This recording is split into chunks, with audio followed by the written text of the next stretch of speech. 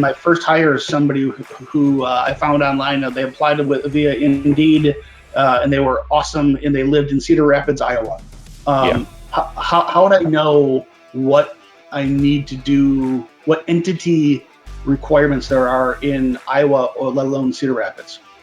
Yeah, so there's a couple ways to answer that question. First and foremost, the way that the state requirements are written when it comes to business entity registration, they're fairly uniform. You will have state-by-state nuance, and you will have case law in each state that have interpreted those requirements differently.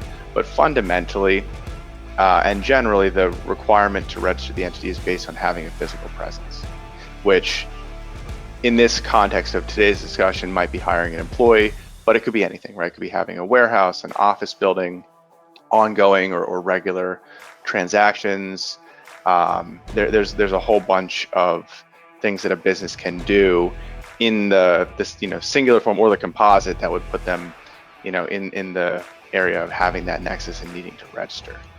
The other thing is sometimes when you go to register for your state payroll tax, it's going to ask you what's your Iowa Secretary of State ID, or what's your registered agent in that state, and then it's like, huh? Oh, and I can't tell you the number of times where I've had a client attempt to register and they throw their hands up and say, what in the world is this? And then we have to say, okay, well then let's take care of this. We call it a prerequisite, this first step to registering the business entity first.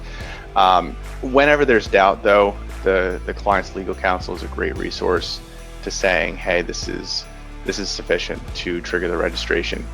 And then that's where whoever handles those filings, that registration function, they'll take that advice and run with it. So, James, just to be clear for our audience here, so because we talk a lot on this show about multi-state taxation, we're going to get to that. Mm-hmm. But we're talking about here is the actual entity of the business, right? The articles of incorporation. Can you put some more definition around this? Is this just as narrow as my LLC? What if I'm a multi-location business and each location has its own LLC, or maybe I'm a sole proprietor?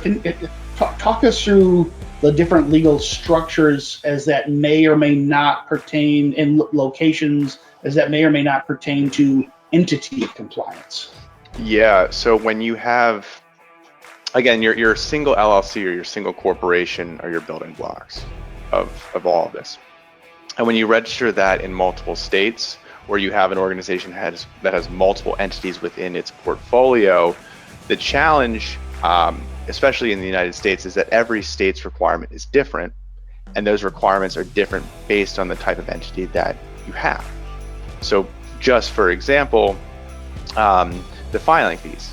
It costs more to register an LLC in Massachusetts, $520, than it does to register in Colorado, which I think is $50.